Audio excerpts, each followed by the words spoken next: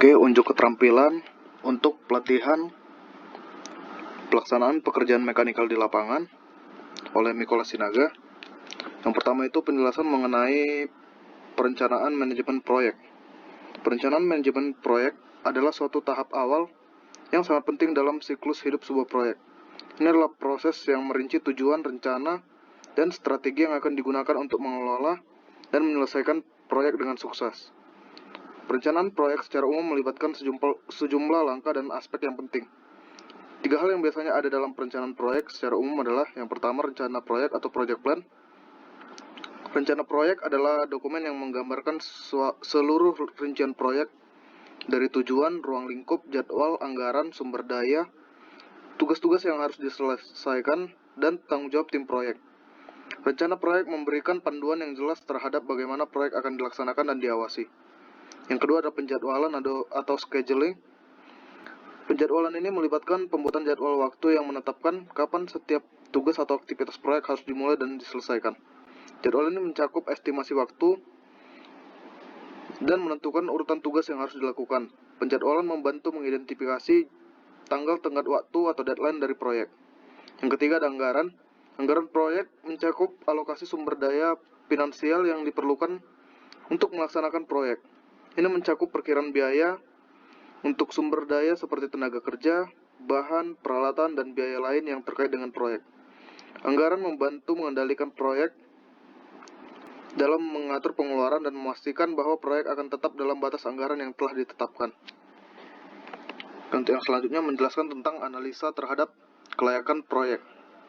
Analisis kelayakan proyek adalah tahap penting dalam perencanaan manajemen proyek yang membantu menentukan apakah suatu proyek layak untuk dilaksanakan atau tidak. Analisis ini melibatkan evaluasi dalam berbagai aspek untuk memastikan bahwa investasi waktu, sumber daya, dan dana yang dikeluarkan akan menghasilkan hasil sesuai harapan. Berikut adalah beberapa langkah dalam analisis kelayakan proyek. Yang pertama, kelayakan finansial. Evaluasi kelayakan finansial adalah langkah pertama yang melibatkan perhitungan biaya dari awal dan estimasi pendapatan atau manfaat yang diharapkan dari proyek tersebut. Kita harus memastikan bahwa manfaat yang didapatkan akan lebih besar daripada biaya yang dikeluarkan. Beberapa metode yang digunakan antara lain Net Present Value atau NPV, Internal Rate of Return atau IRR, dan Payback Period. Yang kedua ada kelayakan teknis. Kelayakan teknis memeriksa apakah proyek yang dilaksanakan dapat dilaksanakan dari segi teknis. Ini mencakup penilaian terhadap keahlian yang diperlukan, ketersediaan teknologi, dan apakah proyek dapat memenuhi persyaratan teknis yang telah ditetapkan. Yang ketiga ada kelayakan operasional. Kelayakan operasional mengevaluasi apakah proyek dapat dioperasikan dengan efisien setelah selesai. Ini mencakup pertimbangan terkait dengan pengelolaan proyek, sumber daya manusia, infrastruktur, dan sistem yang dibutuhkan untuk menjalankan proyek. Yang keempat ada kelayakan jadwal atau schedule. Memeriksa apakah proyek dapat diselesaikan dalam jangka waktu yang sesuai dengan kebutuhan dan organisasi atau pasar. Jika proyek memiliki tenggat waktu yang ketat, kelayakan jadwal sangat penting. Yang kelima ada kelayakan sumber daya. Di sini kita mengevaluasi ketersediaan sumber daya yang diperlukan untuk proyek, seperti tenaga kerja, peralatan, dan bahan. Kita harus memastikan bahwa sumber daya ini dapat diperoleh dan dikelola dengan baik. Yang selanjutnya ada seperti kelayakan hukum dan regulasi. Ada juga kelayakan pasar. Yang selanjutnya ada kelayakan lingkungan. Lalu ada juga kelayakan manajemen. Dan yang terakhir ada kelayakan strategis. Oke, selanjutnya penjelasan tentang melakukan estimasi dan menganggarkan biaya untuk proyek. Estimasi biaya dan pengembalian anggaran dan pengembangan anggaran proyek adalah langkah kunci dalam perencanaan manajemen proyek. Hal ini memungkinkan proyek untuk memiliki pandangan yang jelas tentang sumber daya finansial yang dibutuhkan dan bagaimana mengelola anggaran proyek yang akan dilaksanakan. Berikut ini merupakan langkah umum dalam estimasi biaya dan anggaran proyek. Yang pertama, mengidentifikasi komponen biaya. Kita harus mengidentifikasi semua komponen biaya yang terkait dengan proyek. Hal ini mencakup biaya sumber daya manusia, bahan, peralatan, sewa, biaya administrasi, biaya overhead, dan lain-lain. Yang kedua, estimasi biaya tiap komponen. Untuk setiap komponen ini kita harus melakukan estimasi seakurat mungkin. Ini dapat melibatkan analisis historis, konsultasi dengan ahli, perbandingan harga, atau penggunaan perangkat lunak dan estimasi biaya lainnya. Yang ketiga itu penyusunan biaya anggaran awal. Setelah mendapatkan estimasi biaya untuk semua komponen, kita harus menyusun anggaran awal proyek. Anggaran ini adalah perkiraan total biaya proyek sebelum dimulainya pelaksanaan. Yang keempat itu ada mengidentifikasi resiko dan cadangan. Kita harus mengidentifikasi potensi resiko yang dapat mempengaruhi biaya proyek. Setelah itu kita harus menambahkan cadangan atau alokasi tambahan untuk mengatasi resiko ini. Ini dikenal dengan cadangan atau kontingensi dan diperlukan untuk menghadapi ketidakpastian. Yang kelima ada menyusun anggaran finansial secara final. Di sini kita harus memperbarui anggaran awal untuk menciptakan anggaran proyek final yang lebih realistis, yang akan menjadi panduan utama dalam mengendalikan pengeluaran selama pelaksanaan proyek berlangsung. Yang keenam ada pengendalian anggaran selama pelaksanaan. Dan yang ketujuh ada pelaporan anggaran. Dan yang ke-8 ada evaluasi anggaran setelah proyek selesai. Oke, selanjutnya menjelaskan tentang tahap eksekusi proyek. Tahap eksekusi proyek adalah salah satu fase kunci dalam siklus hidup manajemen proyek, di mana rencana yang telah dibuat dalam tahapan perencanaan yang sebelumnya direncanakan, sekarang dijalankan. Ini adalah tahapan di mana pekerjaan fisik dilakukan dan proyek mulai mengambil bentuk. Berikut adalah penjelasan mengenai beberapa tahap eksekusi proyek. Yang pertama, tahap desain. Tahap desain ini adalah tahap awal dalam eksekusi proyek, di mana desain proyek yang telah direncanakan akan dikembangkan lebih lanjut. Ini melibatkan pengembangan rinci dari desain teknis, perangkat lunak, atau produk yang akan dibangun atau diimplementasikan. Selama tahap ini perlu dilakukan perencanaan yang lebih mendalam tentang bagaimana proyek akan direalisasikan. Tim desain akan menghasilkan gambar teknis, spesifikasi, dan dokumen desain yang mendetail. Tujuan tahap desain ini adalah menghasilkan panduan yang jelas bagi tim pelaksana tentang bagaimana mereka harus melaksanakan selama tahap-tahap ini berlangsung. Yang kedua ada tahap pengadaan atau procurement.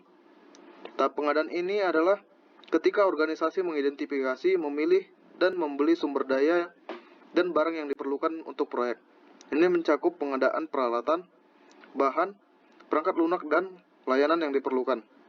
Proses pengadaan ini melibatkan pembuatan perjanjian dengan pemasok, penawaran, negosiasi, dan pemilihan pemasok sesuai dengan kebutuhan proyek. Tujuan utama tahap ini memastikan bahwa semua sumber daya itu diperlukan telah tersedia secara tepat waktu dan sesuai dengan spesifikasi yang diperlukan dalam pelaksanaan proyek. Yang ketiga ada tahap produksi. Tahap produksi ini adalah tahap di mana pekerjaan fisik atau aktivitas utama proyek dilaksanakan sesuai dengan rencana dan desain yang telah disiapkan sebelumnya. Selama tahap ini, tim proyek akan mulai membangun, mengembangkan, atau menghasilkan produk atau layanan yang menjadi fokus proyek. Pengendalian kualitas, pengawasan, dan pemantauan kemajuan proyek adalah bagian penting dari tahap produksi ini, untuk memastikan bahwa pekerjaan berjalan sesuai dengan rencana dan standar yang telah ditetapkan. Yang keempat, ada tahap implementasi. Tahap implementasi adalah ketika produk atau layanan yang dihasilkan dalam tahap produksi diperkenalkan ke dalam lingkungan operasional atau digunakan oleh pemangku kepentingan yang dituju atau stakeholder.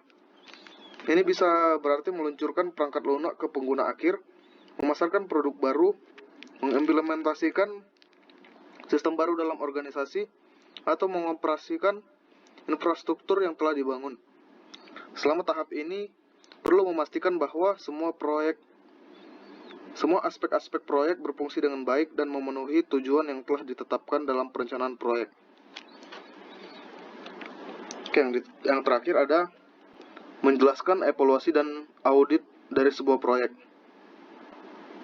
Evaluasi dan audit proyek adalah proses yang penting untuk memastikan bahwa proyek berjalan sesuai dengan rencana dan tujuan yang telah ditetapkan.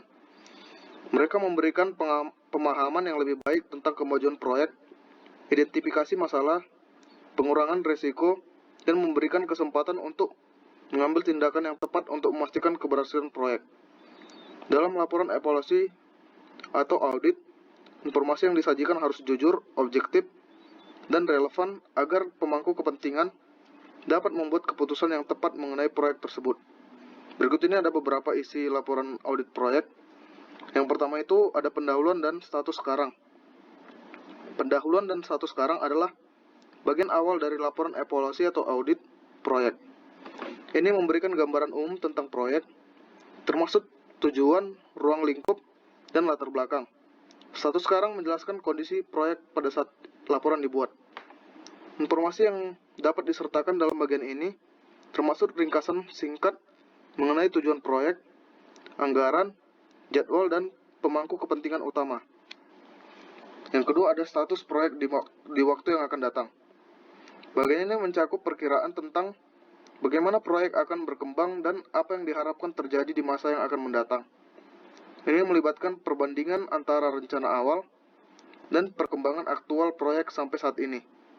Informasi yang disertakan mungkin melibatkan proyeksi jadwal, perkiraan anggaran yang tersisa, serta perkiraan risiko dan tantangan yang mungkin muncul selama proyek berlangsung. Yang ketiga ada isu-isu manajemen penting. Bagian ini mencakup masalah-masalah kunci atau isu-isu yang mempengaruhi pelaksanaan proyek. Ini bisa berupa perubahan dalam ruang lingkup, konflik tim, masalah sumber daya, atau hambatan-hambatan lain yang perlu diatasi. Isu-isu ini akan disertai dengan rekomendasi atau tindakan koreksi yang diperlukan untuk mengatasi masalah-masalah tersebut. Yang terakhir ada analisis resiko atau keterbatasan asumsi. Bagian ini memeriksa risiko yang ada dalam proyek dan bagaimana proyek merespon terhadapnya. Ini termaksud identifikasi risiko baru yang muncul dan langkah-langkah yang telah diambil untuk mengurangi dampaknya. Keterbatasan asumsi mengidentifikasi asumsi-asumsi yang telah dibuat dalam perencanaan awal proyek dan mengevaluasi apakah asumsi tersebut masih berlaku atau perlu diperbarui. Ini penting karena perubahan dalam asumsi dapat mempengaruhi rencana proyek. Baiklah, sekian dari saya. Terima kasih.